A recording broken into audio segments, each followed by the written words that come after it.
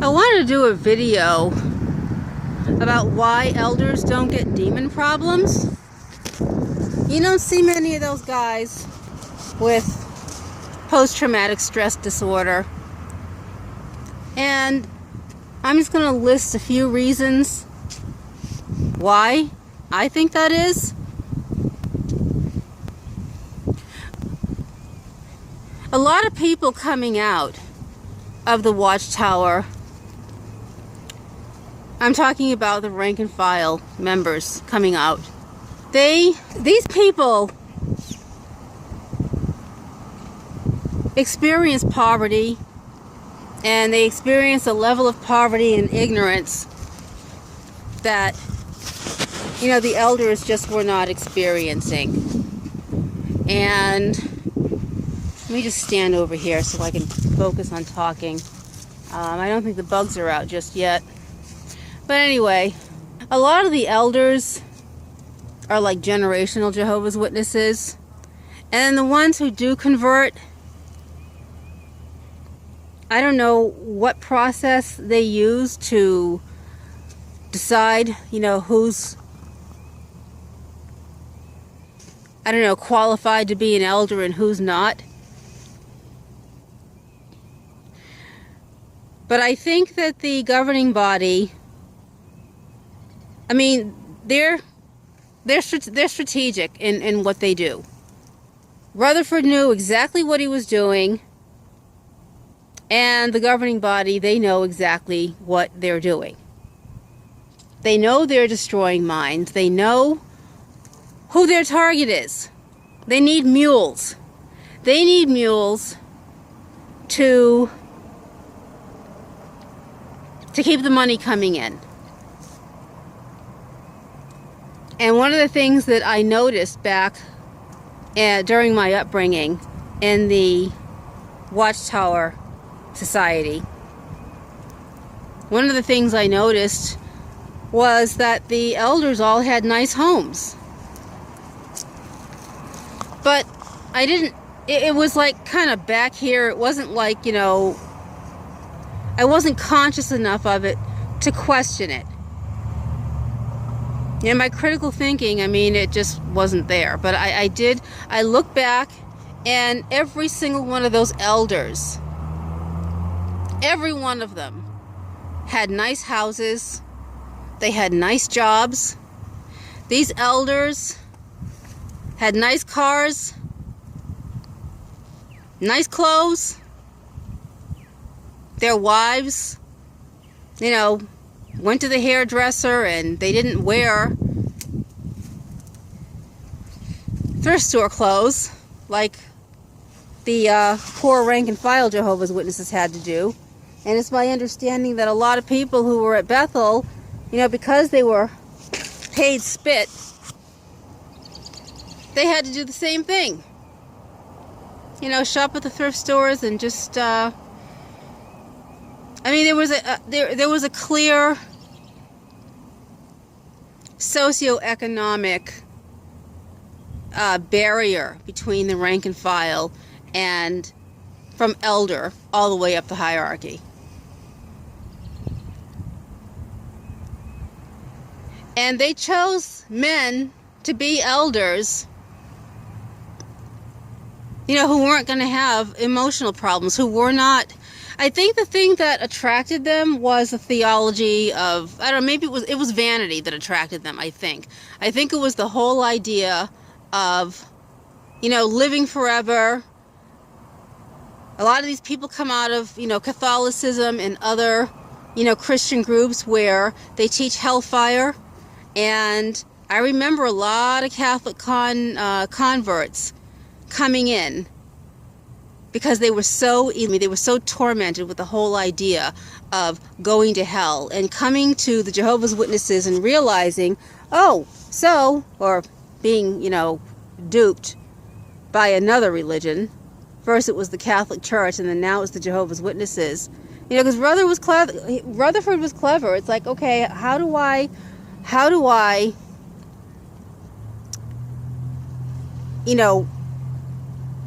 find a turf, basically? How do I create something that is profitable. You know, what's going to be the hook? How do I get people to come in? And the hook was that you don't have to go to hell. You don't have to go to hell. You can live in a paradise earth, and that attracted people. They didn't want to go to hell. A lot of people came in because they didn't want to go to hell. And this whole idea of living on earth, living in a paradise, instead of dying and going to heaven, was more appealing. It's why the Hollywood stars, you know, the princes and the dude from Sly and the Family Stone, I can't think of his name right now, the actress from the show Christy Love from back in the 70s, you know, a whole bunch of them. Not a whole bunch of them, but enough of them. You know, is why this religion appeals to them. But these people who they choose to be elders tend to not have emotional problems. And I think that the ones who do have the emotional problems are the ones who, for whatever reason, are more emotional and more susceptible to the demon doctrine, which is why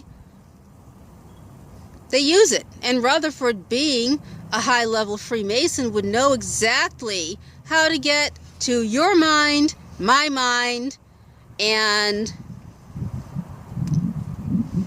do exactly what he wanted, to keep us in line. To keep us in line, to scare us to death. To scare us paralyzed. And to just completely gut us. To be gutted of whoever we were supposed to be. Whatever gifts we had got suppressed.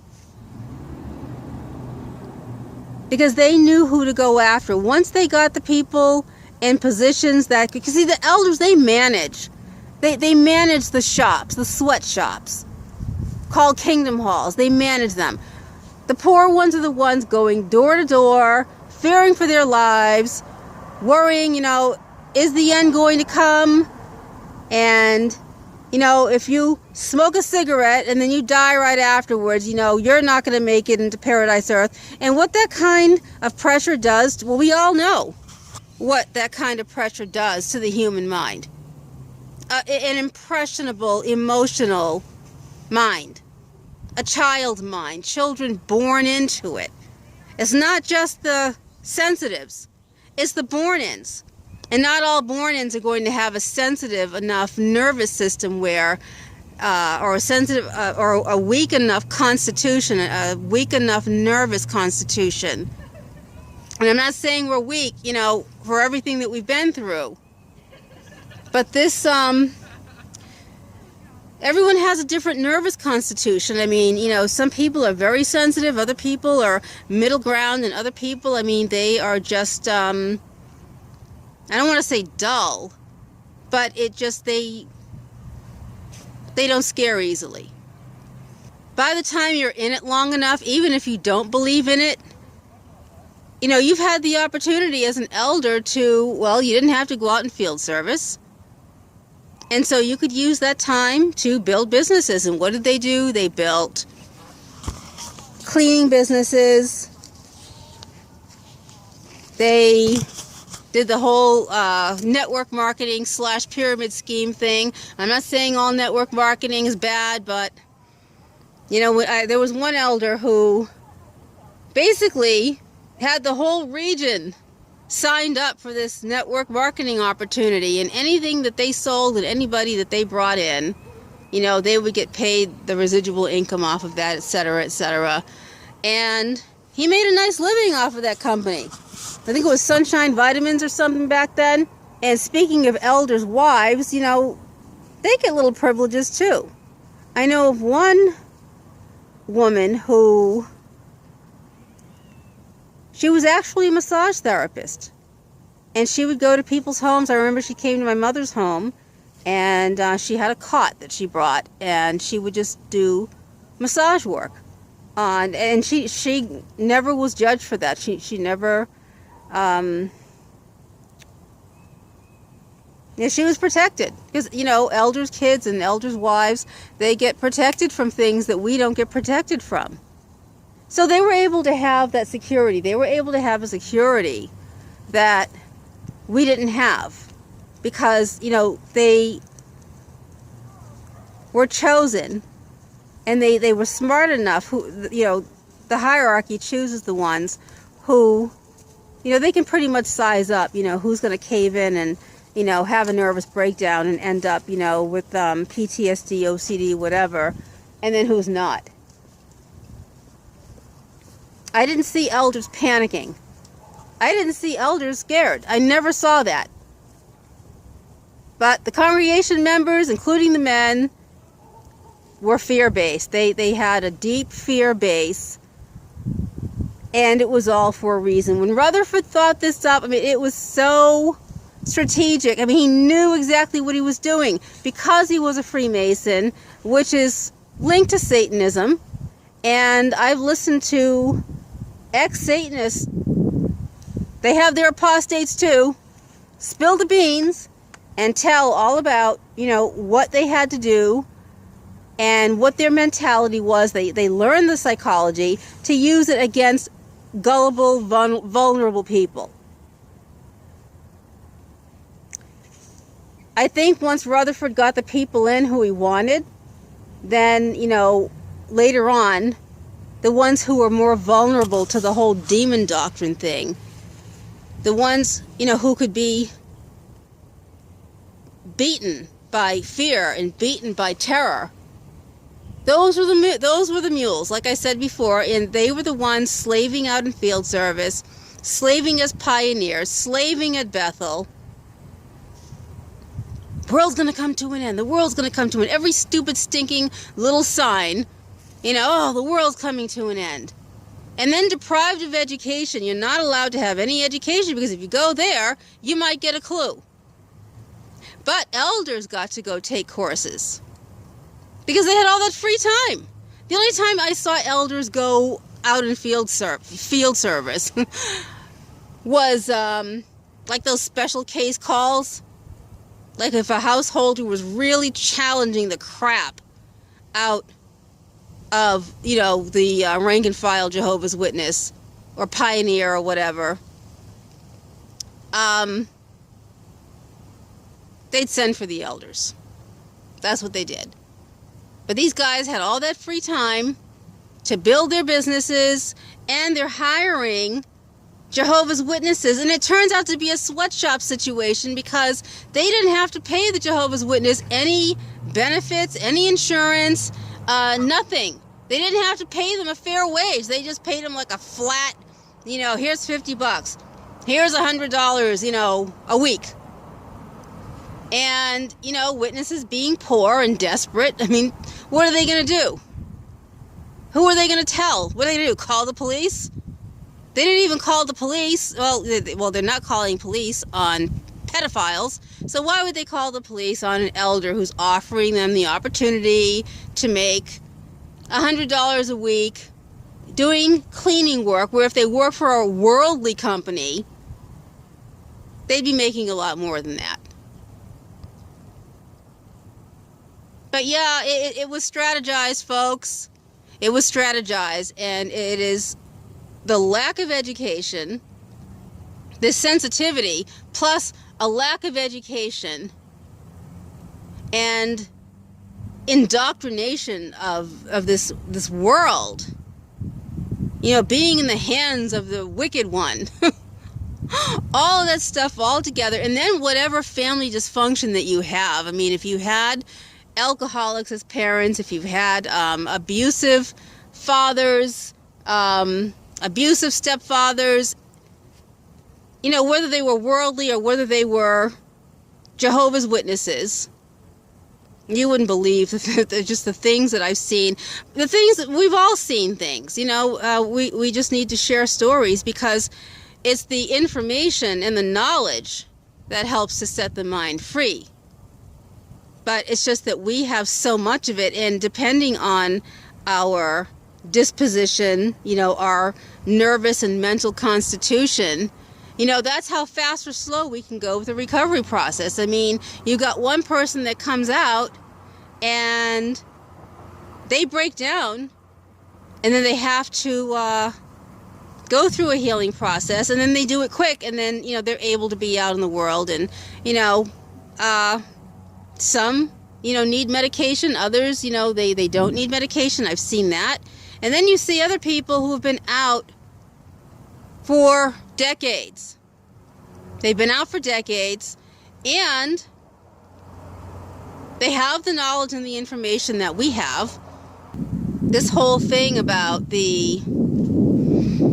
See, phase one for me was finding out, you know, back in the 80s about the false prophecies. I told you about the whole Oprah show thing and the elders, the ex-elders on the panel, and, you know, how one elder, you know, the elders, you know, almost kidnapped the baby from the hospital. It was just, you know, I told you that story, and that was traumatic for me. That was so traumatic. I could never have handled learning the things that I've learned. This midlife crisis thing where, you know, childhood issues and trauma issues tend to surface at this time. And it did for me, and all of my time. It was a time, a call, or a time for me to face some of my worst fears, all the stuff that was instilled in me by Watchtower, by my Jehovah's Witness mother, by my abusive stepfather. I mean, it just, everything just came up out of the surface, and everything just fell apart. Which is the reason why I'm in this group.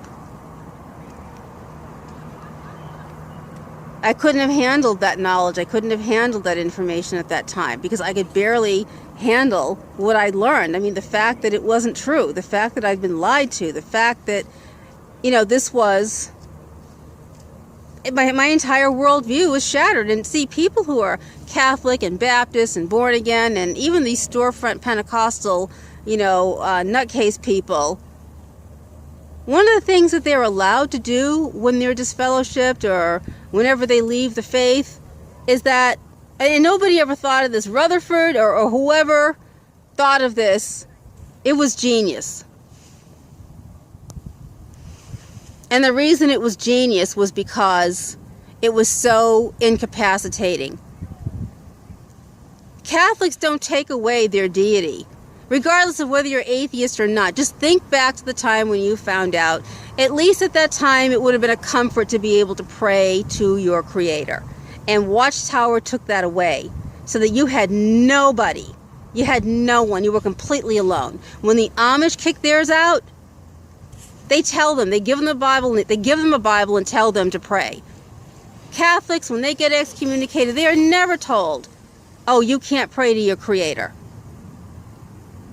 And so on. Only Jehovah's Witnesses, they're the only ones that took all security, any security, they took it all away. But yeah, where I left off was the fact that they have their God taken from them. And these other excommunicating groups do not do that. You know, you get your Bible. You know, the Amish give you a Bible and they tell you, you know, you go pray. The Catholics, they don't even think to tell you, you know, you can't talk to your Creator. You know, and even if you're atheist, think of what a comfort that would have been, at least for the time. And that's how we end up here. Those are just my thoughts. I probably need to do another video because I've run out of room and the camera cut off, and it's like, I don't know what got lost. But these are my thoughts. Share your thoughts. I'll talk to you later. Bye-bye.